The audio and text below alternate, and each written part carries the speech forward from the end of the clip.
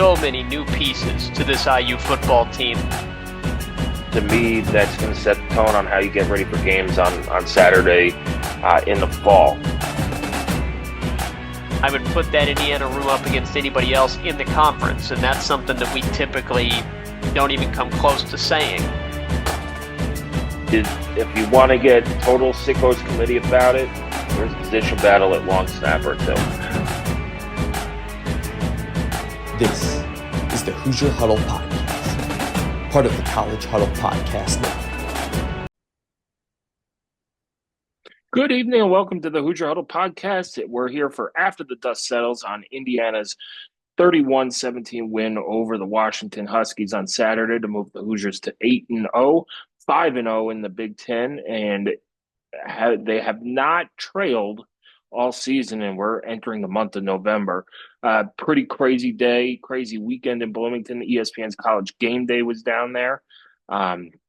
If you hadn't watched it, it was awesome. I recorded it and went back and watched it this morning. Rewatched the game this morning, and it was just an impressive win for Indiana, who's led by backup quarterback Tayven Jackson, replacing Curtis Rourke, who injured his thumb. There were some updates on Curtis Rourke from Pete Thamel on game day. It sounds like he had 2 screws put in his thumb, and he was throwing on Friday. So people are pretty optimistic that he'll be ready to go for the Spittoon game next week up at Michigan State. But Alex, let's talk about the game first before we get into the atmosphere and college game day. It was probably the closest. It was the closest game that Indiana's played all year. It was probably the best offense that Indiana played all year. Jonah Coleman is a really good running back. You'll see on Sundays. Will Rogers is a pretty good quarterback, and Denzel Boston's a pretty good wide receiver as well. Washington's defense has some studs on there too. And it was just a hard-fought battle, and then Indiana just outlasted them.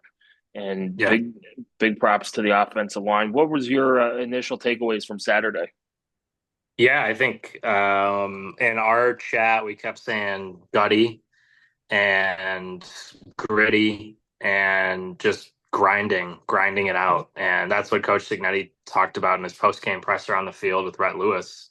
He said that was a gutty win. And I think that's the best way to describe it, honestly. It was not perfect. It was not clean by any means, especially on the offensive side of the ball. But when you needed a play to seize momentum back or keep the lead or stop them from scoring in the first quarter, somebody made a play. And players just make plays, and that's the sign of a good team. You see it in like the NFL with the Chiefs or the NBA with like the Stephs and LeBrons and those best players. You always say, how do they win, or how do they do that, or how do they make that shot, or how do they make that play? It just, winners win and players make plays. And there was a ton of other stuff, obviously, that went into the game, that went into the week, and we'll get into all of it. But the bottom line is, when IU needed a play from somebody, especially that was not on offense, either the defense stepped up with the sack, or D'Angelo Pons had a pick, or Miles Price had a huge punt return, or you covered kickoffs beautifully. It was just something. Something happened positively when it felt like it was slipping away or when you were losing momentum. And when you needed a play, somebody made a play. And for me, that's the thing that stood out the most. You knew it wasn't going to be a totally just firing on all cylinders game offensively like we've seen the last couple of weeks. And the defense and special teams and the offensive line in the second half again carried IU to an 8-0 start, a 5-0 start in the Big Ten, and you've still won every game by double digits. So that's the short story, is another impressive win considering the circumstances, all the attention, all the hype, all that good stuff. But they won that game ugly, and they won that game ugly by 2 touchdowns against the team that was in the national championship game last season. And I know their rosters look very different, and they have a new coach and all this stuff. But there's something to be said about playing in the national championship a season ago. That culture carries over, and a lot of that carries over. And you can see it. I mean, Washington was tough. Will Rogers has played a ton of football. yeah, we'll get more into the game. I don't want to just dive right into it right now, but yeah, gutty when guys stepped up when they needed to, and ultimately you come out 8-0. Yeah, let's talk about the whole weekend. At first, I know for a lot of IU football fans, it kind of um, all the emotions were flowing. This is like what you dreamed of, sold out crowd. You had Mhm. college game day there. Your team is undefeated and ranked in the top 15, and people are projecting you to the college football playoff and things like that. So for the diehard fans who have been with us since 2013, who've been with us through the bad seasons, the good seasons, and the in between seasons, um, it was a special day. It's one that you'll look back on and um, remember fondly. But there was a lot of hype, a ton of hype, and coming in and you there was a risk that you could lose focus, especially with the backup quarterback playing. You kind of snuck back when JMU hosted game day last year, and they ended up losing to App State at home. Mhm. Mhm. That popped up into people's minds. Um, it just could the game match the hype? And that to me, I thought the crowd was a little muted at times. And Washington did a good job taking the crowd out of the game, but man, you could not have asked for a better day. Perfect weather. Um, it was a good game. Lots of exciting plays on both sides. There was a little tension in the second half, which IU hasn't really dealt Mhm. with. There's a Mhm. little adversity as well. But man, it was a 3 hour showcase of Indiana football and Bloomington. This wasn't, they didn't come in here to see Ohio State play Indiana and talk about Ohio State for an hour and a half and maybe mention that Lee Corso coached at Indiana. They had a great package of Mhm. Lee Corso stuff with his Yep. former players. A little memorial for Tim Clifford as well, who passed away earlier in the week, who's the quarterback of that 1979 Holiday Bowl team. Lots of Signetti stuff, lots of film breakdown of what makes IU good and stuff like that. So that you just sold Indiana to all these people. That's how you start, building a fan base outside of the state of Indiana and outside of Bloomington and all those things. So that was great to see. Um, but yeah, let's your thoughts on game day. You were we got some behind the scenes stuff and Ben will put out his post for the pregame. But yeah, what were your thoughts on game day? Yeah, really like cool moment for me, full circle wise. Did a lot with like the student sections when I was a student at IU. And that Thursday night opener against Ohio State, we had I think if they call it college football live, they coined it game day for that one. Um, so we put out like black T-shirts on the seats for that game, and I took a picture on the stat, all that stuff. So it was really cool to see. Just the kind of awakening, right? And I'm not going to call us like a sleeping giant of, like a football fan base, but I mean, you see it when IU plays big basketball games or, the highs of the Tom Allen era in those bowl games. You can see how IU fans travel and IU fans get into football. And for me, it was great. And I did hate during big noon kickoff and both the broadcasts last 2 weeks and game day where they were like, normally this is for basketball, blah. I'm like, no, it's not. Like college game day hasn't been to an IU basketball game in what, like 10 years, probably 12 years. I'm like, no, it's not. Like, this isn't normally what it's like for basketball. Like, get out of here. But yeah, good win for basketball today, though, by the way. But yeah, I mean, it was really, really Wait, cool to just, what sport?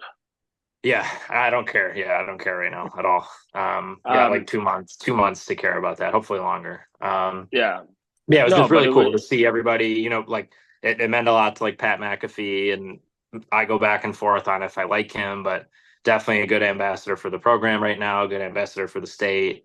Obviously, Coach Corso being there was great. And then it's cool that like Nick Saban has a soft spot now, it seems like, for IU and of course Coach Sig. So I mean, it was pretty good. I mean, you had the classic like Herb Street hates us, so he picked Washington, and of course, He Mr. almost Howard is not changed going to his pick. mind.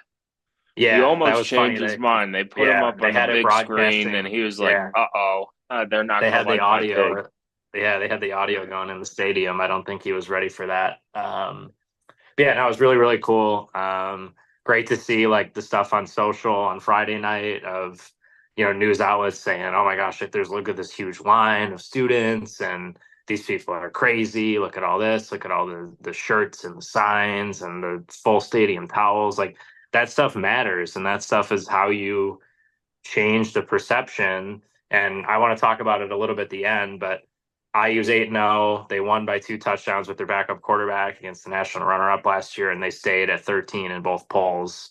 So I mean, this stuff matters. We'll definitely touch upon that because I'm Yeah, planning yeah, on writing something about that tomorrow. But to me, yeah, this just proved like you can win at Indiana, you could get attention at Indiana, you could fill the stadium at Indiana. There's no reason. And look, I know it's only 52,000 fans. Oregon only seats 60,000. There are plenty of stadiums who are right around that 50, 60, 65,000. Signetti mentioned something about building up the East stands too. This just proves the point that we've been trying to make for the last decade. If you invest in football and actually make an effort into it, which Indiana has done this past season, you can win. Nobody yeah, thought they could win this quickly, but yeah, except for Sig and the team. And yeah, they came in, they changed the culture, they invested in it, in everything. yeah, Not everything's yeah. perfect.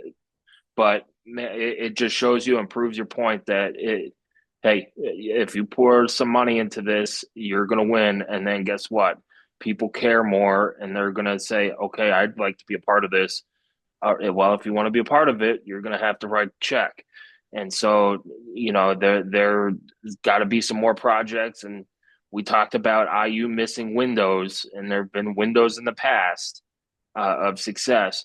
This is the window of opportunity that you have to jump on and take it to like Bill Schneider and Kansas State. Yeah, I know everybody compares Sig to Nick Saban, but you got to look at Bill Schneider and what he did at Kansas State and how he built that program into one of the better programs in the Big 12 in the last 30 years.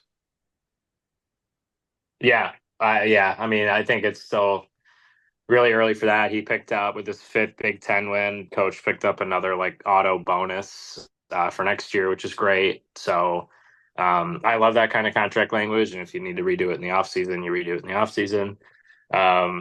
Yeah, just overall, I think really good. I've seen some stuff on Twitter. I'll admit, like IU is definitely not football wise or basketball, honestly. Like very good at handling the big games operationally. Like You Memorial just Stadium is not set up right now you for you have the two fanfare. facilities that are kind of outdated, and I know I'll get skewered. I wish they would have blown up Assembly Hall when they had the chance to, and make a modern arena. And look, I'm a Yankee fan. I was not happy that they blew up the old Yankee Stadium, and things like that. But you built things in the '60s and '70s, and things are just different these days. The concourses need to be wider. There need to be more bathrooms. There need to be, more streamlined concessions and all of that stuff. But they'll figure it out. I think. I Yeah, hope. And stuff like yeah, it was that. funny. So There's Steve Ballmer, the owner of the Clippers, like tech multi-billionaire, whatever. The Clippers, they just opened up their new arena because he didn't want to share with the Lakers anymore. Um, and they did like obviously a ton of news hits, but he had one on 60 Minutes, and he kept trying to show the reporter like the restrooms. He's like, "You want to see the bathrooms? You want to see the bathrooms?" Because he was basically like, the thought of me as a fan waiting in line to go to the bathroom just made me insane. And obviously, like, he doesn't have to wait in the bathroom for where I'm sure he sits normally, but he's like, the thought of doing that makes me insane. So he made just like ultra wide concourses and like crazy amount of restrooms. So I was like, yeah, it's cool. But yeah, who knows? I'm sure that there are plans if you have continued success and more money coming into and a lot of the changes they made to game day. But yeah, like we've talked about, there have been chances before where This is stuff you can't that be should have complacent. You been, gotta, yeah, this is yeah, stuff that should have been done 25, 30 years ago and yeah, kept yeah, updated. And yeah, now you're still playing catch up. But let's get into the game. Enough of yeah, concourses and Hoosier dogs and bathrooms and all that stuff. But the game, you kind of got nervous getting into the game with Taven yep, Jackson. yep, The line dropped significantly from where it opened. Uh, I thought he played well against Nebraska, and then he kind of get off to a slow start yeah, on Saturday, and the offense they had a bad incompletion, a false start on that first drive, and you have to punt. But just like IU has done all year, if one side of the ball does not play well, the other side picked it up, and D'Angelo yep, Pons picks off a screen pass that gets tipped and takes it back 65 yards for a touchdown. Place goes bonkers. Um, Really cool shot by BTN too. So props to them. But place goes bonkers. You kind of get settled down. Um, Offense still doesn't do much. You get a second pick by Pons, which was mhm, an awesome play. The receiver yep, kind of knocks it up in the air and he falls back and gets it. And then Taven throws a dart to Omar mhm, Cooper, who runs it in from 42 yards out.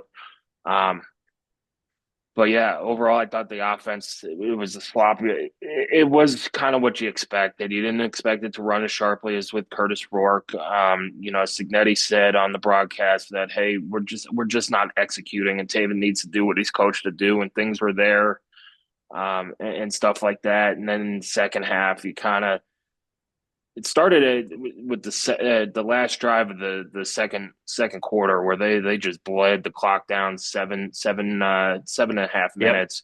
yep, Unfortunately, IU doesn't score a touchdown to go up 21-7, but they do get the field goal. Yet I think 11 tries or 10 plays inside the 11-yard line, like six of them inside the five. You couldn't get it in, and it was their worst offensive half of the year, and you end up out of that half at up 10, and then Taven throws that pick coming out of halftime, and after that, like you said, something flipped. Said we're just going to lean on the offensive line. Another 7 minute 7:40 drive caps it off yep. with the Justice Ellison touchdown, and that's all she wrote. And I thought Washington made the mistake of not onside kicking it with 6 minutes left down by two touchdowns. They never saw the ball again. Yeah. Yeah, I mean they got it back at garbage time at the end, but for that, where was that? No, that was after the field goal. You're No, right. Yeah. they did Yeah, you're not right. get Yeah. it back. Yep. You're right. You're right. Yeah, they Yeah, took that field goal to make it two scores, and yeah, that was it. Kirk said Signetti said, "Give me the ball. I'm going home. Yep. See you later." Yeah.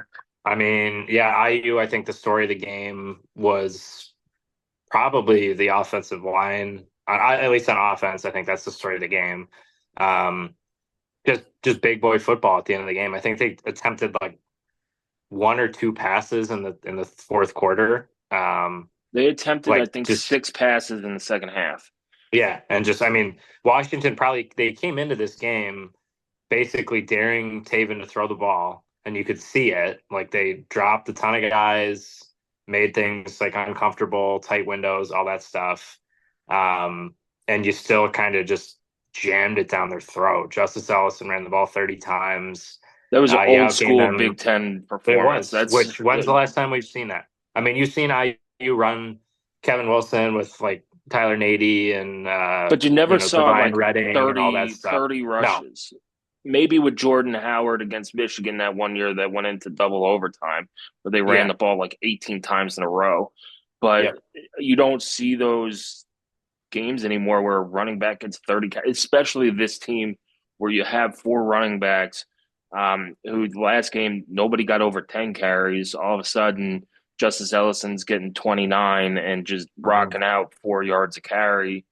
For 100 and what do you have? 106 yards. I think a little more than that. But yeah, I mean, 123. Yeah, 29 carries, 123, and that touchdown. I mean, he only averaged 4.2 yards per carry. I think the second half was where you saw more of those chunk plays. That 3rd and 6 stuck out. But I mean, the offensive line, which they talked about finishing games and being relentless. That was the one word one year, right? Was finish, and they never did. This team finishes games. I mean, it was time to win. It was time to just put them away, It's what and we really ran the good ball right teams down their do. throat. Yeah, exactly. It is what we've seen Ohio State, Michigan. When Michigan State was good, we just saw them. You know what? We're up by Yep. 9. We're just going to run the ball. We'll get 4 yards. We'll just lead the clock Yep. down.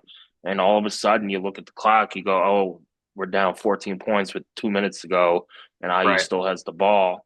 And the game's over. Yep. And we'll talk about brand bias and what if this IU team was called Ohio State or Michigan or LSU or Texas A&M or Alabama and all that stuff.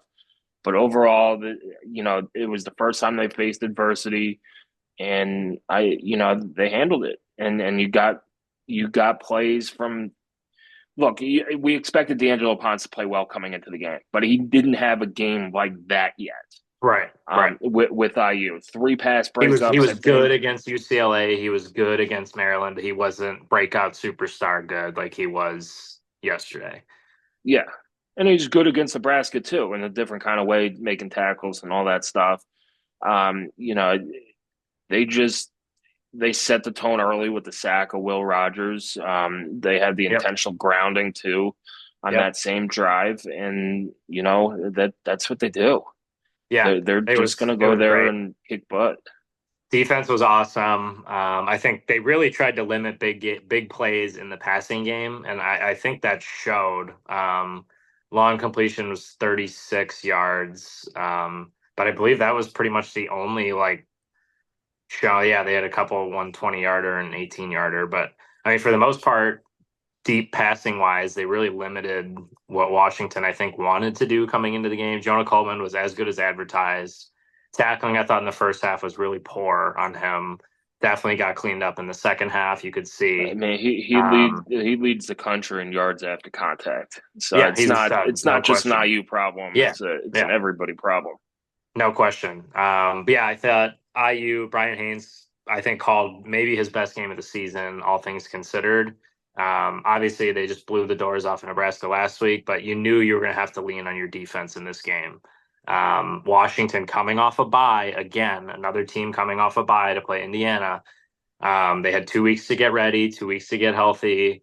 I thought Brian Haynes called a really good game on defense.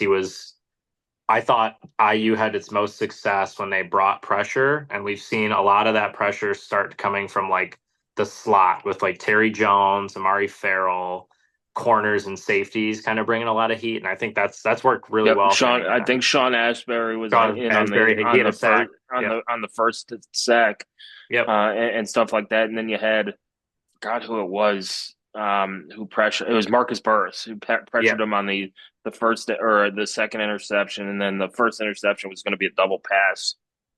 It looked like, and somebody got their hand up. Pons just took it and raced into the house.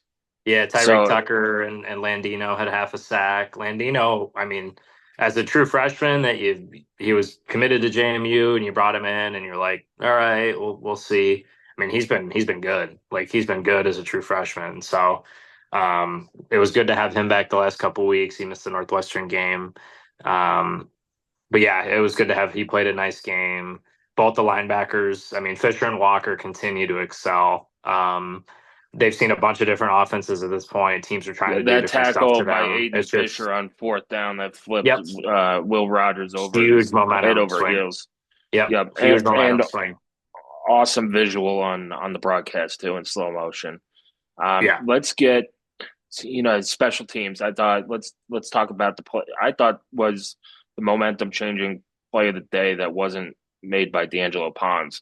IU's trying to put the game away, and Miles Price takes a punt back 65 yards, gets him into within the 15-yard line, Yeah, And at that point, you're like, okay, this game's over. yeah, They punch it in a few plays later. I think Taven scored that one. yeah. That was his Um, rushing touchdown. Which on the drive at the end of the half, the first half, where they got stuffed over and over and over, ended up kicking the field goal, which I do think was the right call. Not a very Signetti call, I will say, but I think at the time, knowing you you get the needed ball to start the points. third quarter, You had yeah, a correct. 19 Yep, play drive with 7.5 minutes. yep. You needed to get points. And they did. And that And was then first play of this third quarter, pick and you set them up. So they scored, but you were still winning. So I thought, looking back on it, that was kind of a sneaky, great call at the time to just take that chip shot field goal. Nice to see Nico get a field goal in there. Um, but yeah, I mean, special team, James Evans had a couple nice punts. For the most part, Washington's punter had a nice game too. But we kind yeah, of he was identified booming. that as we identified Washington's punt coverage as a potential weakness leading up to the game, and sure enough, it made a difference. Miles Price had a couple earlier in the game. He's had a kind of a problem of it this year of being a little too conservative and letting the ball bounce and letting it roll. He had, I He's been think, two of super those. aggressive. He's Yeah. usually been super aggressive. Yeah, Yep.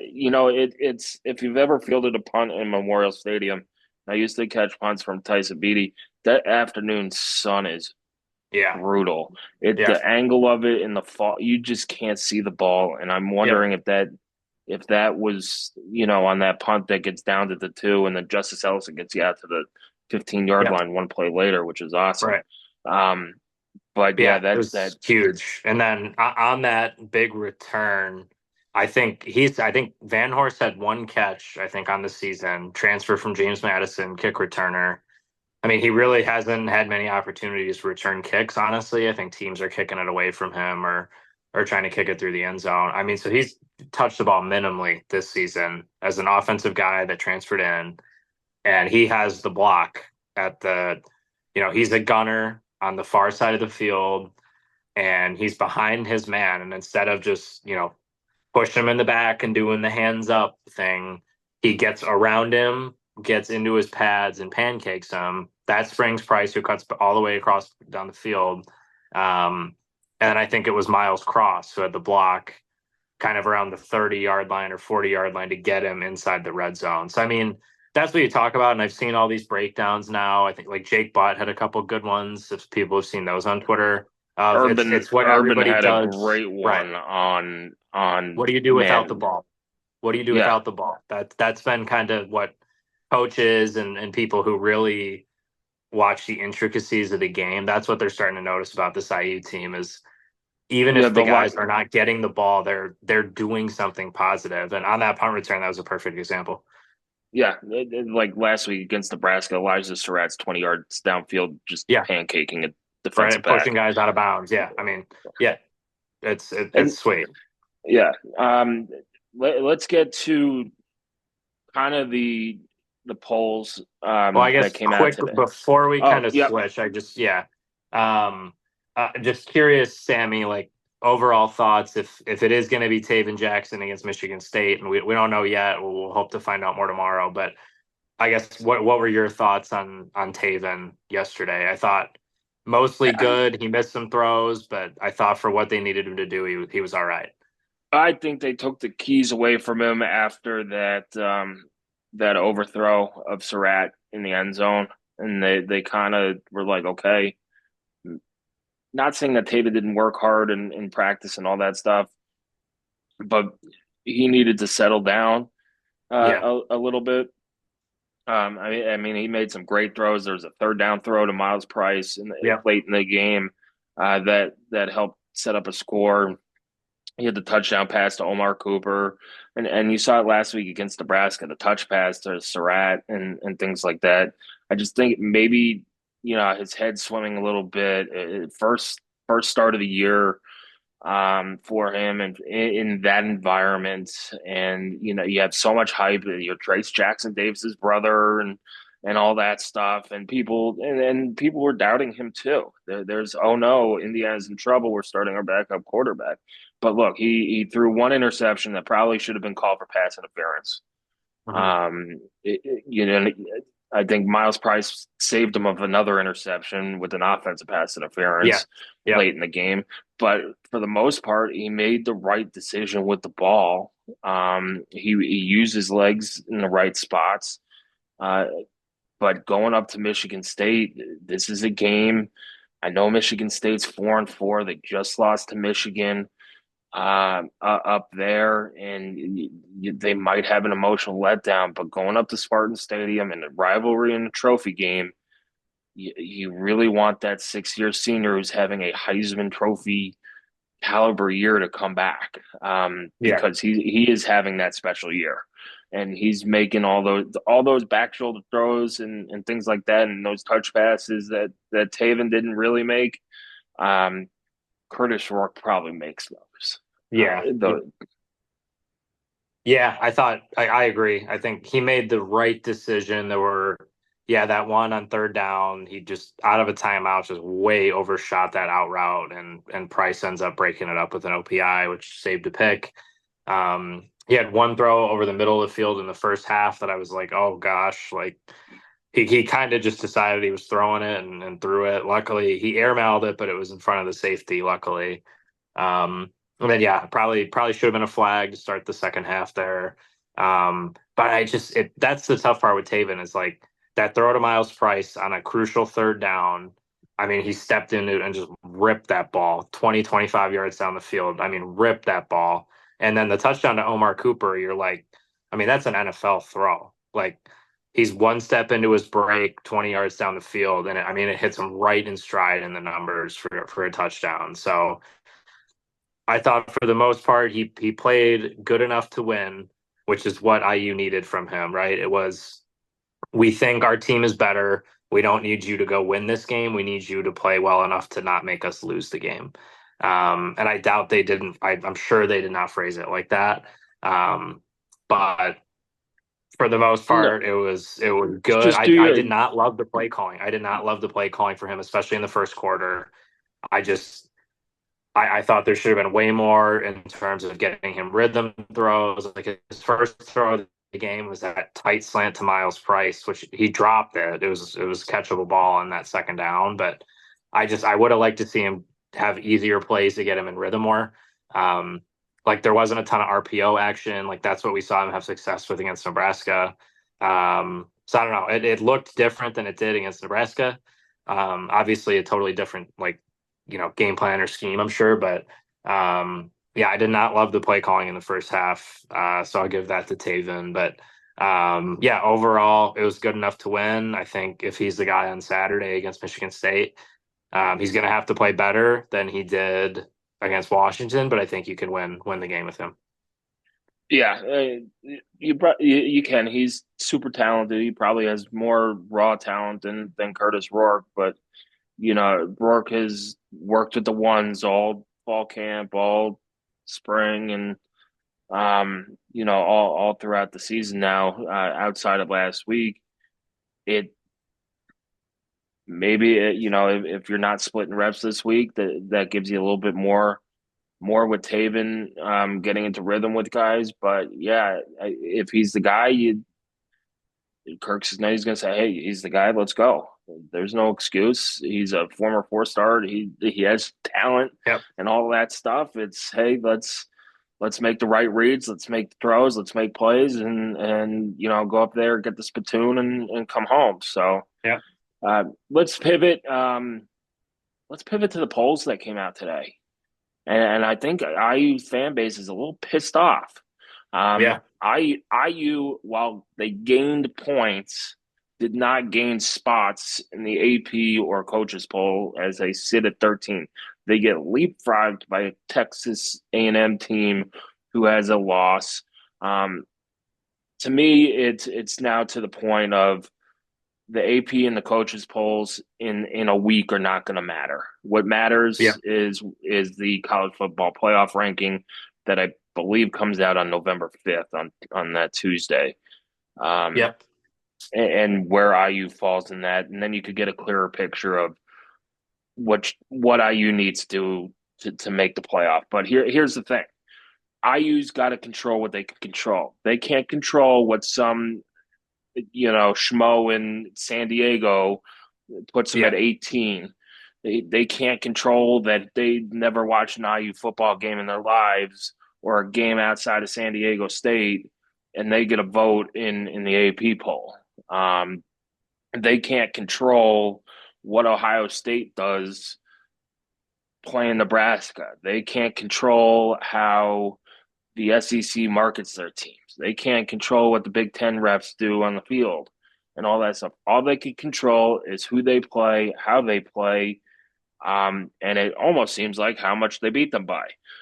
But that's what IU needs to do is, hey, let's go play these games. Let's see where we land, and we'll play it from there. And here's my big fear with the college football playoff and why I'm not a huge fan of it, even moving to 12. And people are saying, well, the only reason IU has a shot at this is because it's 12-team playoff. No, it's not. They have a legit shot at the Big Ten title.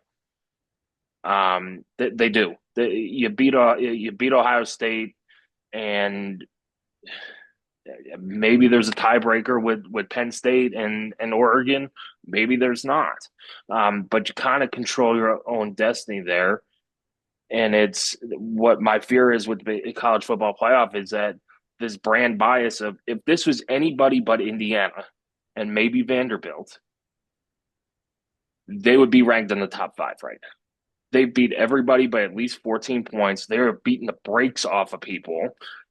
Every week, outside of the Western Illinois week, every week was, well, this opponent is the best opponent IU is going to face. Let's see how they do. And each week, they kick their butts. And, if this was some other program who's had an ounce of success, they're in the top 5. And that's my big fear is that it's not most deserving that they're going to put a 2-loss Alabama. Well, Alabama's getting hot.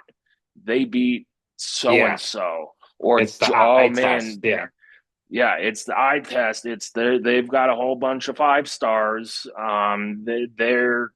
They're getting hot. They won their last 4 games by 2 touchdowns.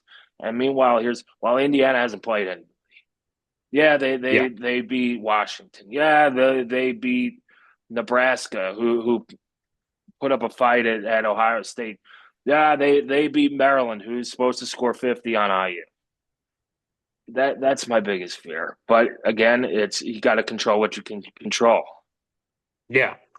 And that happens every year where whatever the narrative is before the season, if you get off to a good start, it's hard to move them from the polls. So it's like Miami should probably have 2 losses, like pretty easily, actually. But they don't, and it's been decided that Miami is just great. For whatever reason, the voters have decided that Iowa State and BYU are far superior to Indiana because they started higher, and that's what they have decided. So, AP and coaches poll, whatever. Coaches poll surprises me. I think coaches poll, I will think, especially in the Big Ten, you'll see a lot of we sure these administrative assistants are locked in for the coaches poll? Well, no, it's going to be a lot of you don't belong anyway. You know your place. Get back to the back of the line. That's how it is. And I don't care, whatever. But my thing with the college football playoff rankings, and they say it all the time, is, I guess except for Florida State, right? But you get the benefit of the doubt for a big injury or some crazy circumstance happens, and they'll give you kind of a mulligan if something happens, right? If IU loses to Michigan State and Taven Jackson is the quarterback, IU will not get that mulligan. No, it's over, and it's probably what the college football playoff wants. 100%. Not saying that it's because not that they're rooting against IU, they're rooting against having to make a decision. Yeah, that takes the decision out of their hands. It's okay. Great story, great season from IU, but hey, they lost on the road to Michigan State, and maybe they lose down the road too and end up with 2 losses, and they're like, phew, we don't have to make that decision to put an undefeated Indiana in over a 6-6 Alabama team. because Alabama has 18 five-star guys who are going to end up in the NFL. Yeah, no, you know what they want to have happen is Ohio State beat Penn State in Happy Valley next week. Um, Ohio State makes it to the Big Ten championship against undefeated Oregon. Ohio State beats Oregon. So one loss Oregon gets in, Ohio State automatically gets in, and then Penn State will get in with one loss. That's what they want to have happen. So um, IU right now is one of, I think, like 5 or 6 teams in the whole country that controls their own destiny, which is pretty cool. Like, and I think if you said you have 4 games left to like make an insane Cinderella run a real reality, I mean, I would have thought you were out of your mind, first of all, but it's real. And like this team is real. I've been saying it all year. They're just incredibly like competent, and it's more than that now because they're 8-0 and they've won every game by at least like 2 touchdowns. But they just continue to surprise me, and they continue to do things Call them well. what they are. They are a They're very great. good football They're team. a very good team. Yeah, they're a very They're a good team. very good football team.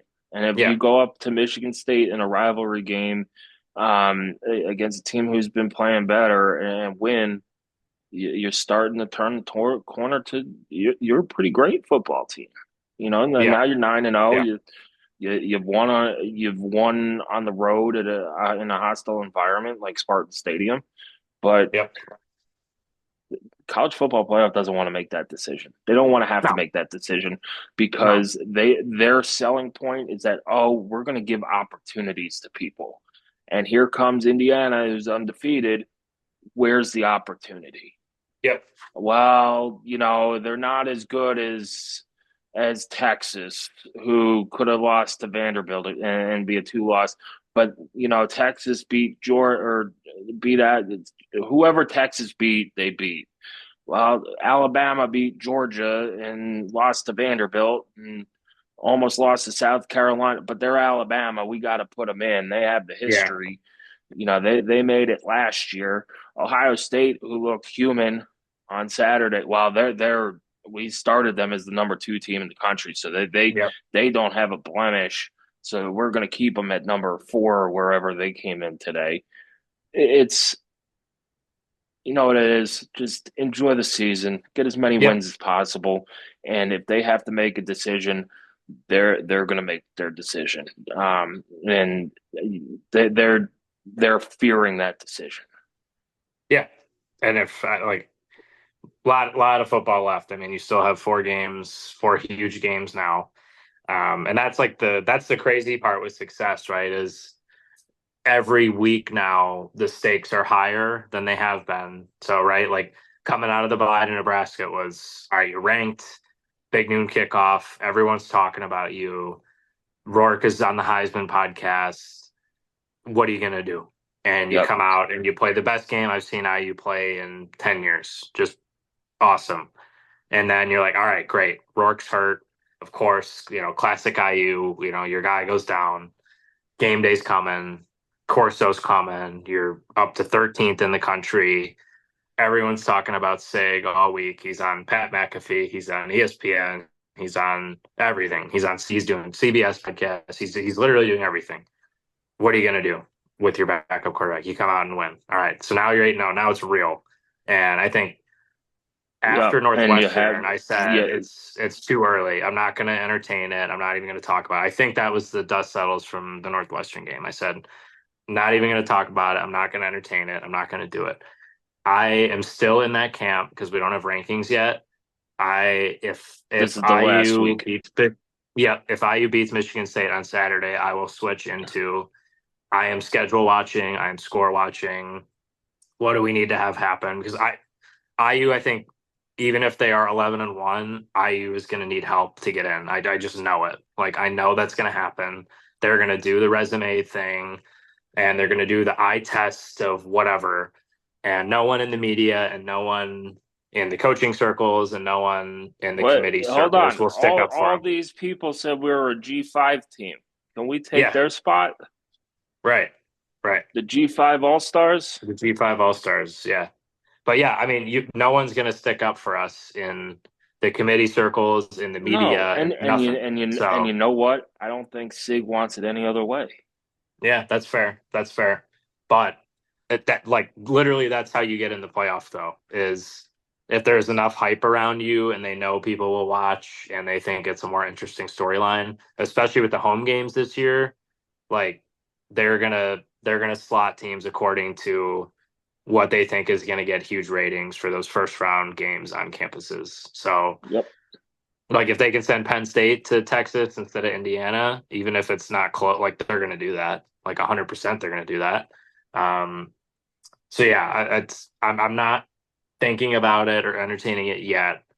Now you're starting No, to see but IU like the fake brackets and stuff. But if you're 9-0, coming home back with coming home to Michigan, it's real at that point. yeah, because the rankings come out that Tuesday. I mean, Yeah, that's whatever. But now, then you get to see what kind of inside what their minds are thinking and all that stuff, and kind of went through it in 2020, and things yeah, like that. And people really didn't buy into Indiana in the college football playoff rankings. But that once you get a sample of what they're thinking, then you could go, okay, this is what IU needs to do. This is obviously it's to win games. And that should be enough, but it's not. It's not, and you've seen it at least in the AP and the coaches poll. Clearly, kicking everybody's butt by 40 some odd points is not enough if you're IU. But squeaking by at other schools is fine. So let's wrap it up, Alex. What are your final thoughts on After the Dust tonight? yeah. It's crazy, and I went out to breakfast this morning in Chicago. Guy wearing his Hoosier Connect polo came over and he's like, "How about that, huh? How about that fist bump?" I mean, that's happened to me more in the last month than I literally ever remember. And that's cool. Like that's why you love college football and you love college sports. Like that's what it's all about. Um, to be just at 3 games in person now this season and just feel the energy on the sideline and feel it, with the fans and the stands around me. It's really cool and honestly like means a lot to me. So it's been great, like really, really special. And that's why I'm trying to not get caught up in the rankings and the playoff and all that stuff. Like Indiana's 8-0, I think what for the third time ever. We've never won 10 games in a season. If you win 9, I think we've only won 9 3 times. Like it's unbelievable. And we thought it would get better, right? When they fired Tom Allen and hired Signetti, we were like, this floor has instantly been raised. That's what we thought, right? But to say it's going to be November and IU doesn't have a loss yet, is crazy. And again, I'm not going to apologize for the schedule.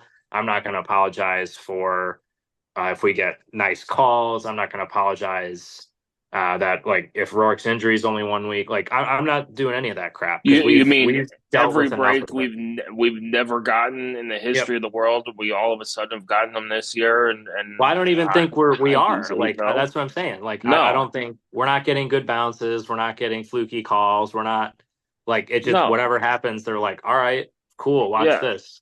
yeah. Cool. You Watch you this. you you lost arguably your best interior lineman, in Nick Kidwell in preseason camp. Donovan McCulley had what 4 catches on the year before he calls it quits and leaves the team. EJ Williams leaves the team.